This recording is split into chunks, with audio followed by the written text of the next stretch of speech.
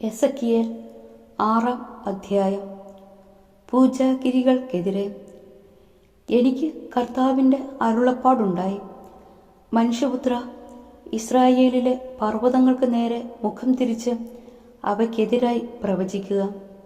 നീ ഇങ്ങനെ പറയണം: ഇസ്രായേലിലെ പർവ്വതങ്ങളെ, ദൈവമായ കർത്താവിൻ്റെ വചനം കേൾക്കുക. ദൈവമായ കർത്താവ് പർവ്വതങ്ങളോടും കുന്നുകളോടും മല ഇടുക്കുകളോടും താഴ്വരകളോടും അരുളി ചെയ്യുന്നു: നിങ്ങളുടെ മേൽ ഞാൻ വാൾ അയക്കും. നിങ്ങളുടെ പൂജാഗിരികൾ ഞാൻ തകർക്കും. നിങ്ങളുടെ ബലിപീഠങ്ങൾ ശൂന്യമാകും. നിങ്ങളുടെ ധൂപപീഠങ്ങൾ ഉടച്ചു കളയും. നിങ്ങളിൽ വധിക്കപ്പെട്ടവരെ നിങ്ങളുടെ വിഗ്രഹങ്ങളുടെ മുമ്പിലേക്ക് ഞാൻ വലിച്ചെറിയും. ഇസ്രായേൽ മക്കളുടെ ശവശരീരങ്ങൾ ഞാൻ അവരുടെ വിഗ്രഹങ്ങൾക്ക് മുമ്പിൽ നിരത്തും. നിങ്ങളുടെ അസ്ഥികൾ നിങ്ങളുടെ ബലിപീഠങ്ങൾക്ക് ചുറ്റും ഞാൻ വിതറും. നിങ്ങൾ വസിക്കുന്നിടത്തെല്ലാം നിങ്ങളുടെ നഗരങ്ങൾ നശിപ്പിക്കപ്പെടുകയും പൂജാഗിരികൾ തകർക്കപ്പെടുകയും ചെയ്യും. അങ്ങനെ നിങ്ങളുടെ ബലിപീഠങ്ങൾ ശൂന്യമായി കിടന്ന് നശിക്കും. നിങ്ങളുടെ വിഗ്രഹങ്ങളെ തച്ചുടയ്ക്കും. ധൂപപീഠങ്ങൾ വെട്ടിവീഴ്ത്തും. കരവേലകളെ തുടച്ചു നീക്കും. വധിക്കപ്പെട്ടവർ നിങ്ങളുടെ മധ്യേ നിബദിക്കും. ഞാനാണ് കർത്താവെന്ന് അപ്പോൾ നിങ്ങൾ അറിയും.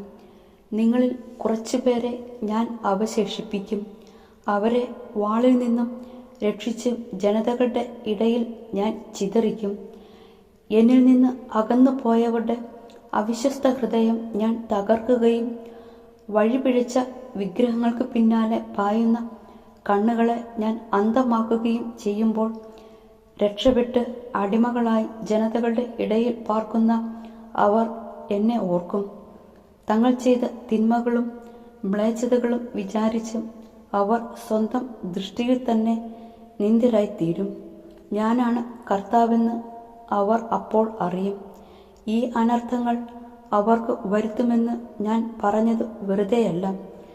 ദൈവമായ കർത്താവ് അരുളി ചെയ്യുന്നു: ഉറക്കെ ചവിട്ടുകയും ചെയ്തുകൊണ്ട് നീ വിളിച്ചു പറയുക: അധമമായ മ്ലേച്ഛതകൾ നിമിത്തം ഇസ്രായേൽ ഭവനത്തിന് ദുരിതം.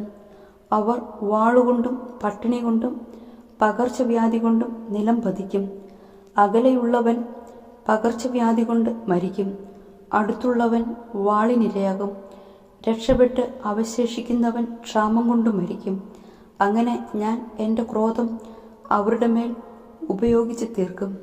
എല്ലാ കുന്നുകളിലും മലമുകളിലും എല്ലാ പച്ചമരങ്ങളുടെയും ഇടതൂർന്നു വളരുന്ന ഓക്കുമരങ്ങളുടെയും ചുവട്ടിലും വിഗ്രഹങ്ങൾക്ക് അവർ സുഗന്ധദ്രവ്യങ്ങൾ അർപ്പിച്ചിരുന്ന എല്ലാ ഇടങ്ങളിലും ബലിപീഠങ്ങൾക്ക് ചുറ്റും വിഗ്രഹങ്ങളുടെ ഇടയിലും അവരുടെ വധിക്കപ്പെട്ടവരുടെ ശരീരങ്ങൾ ചിതറിക്കിടക്കുമ്പോൾ ഞാനാണ് കർത്താവെന്ന് നിങ്ങൾ അറിയും.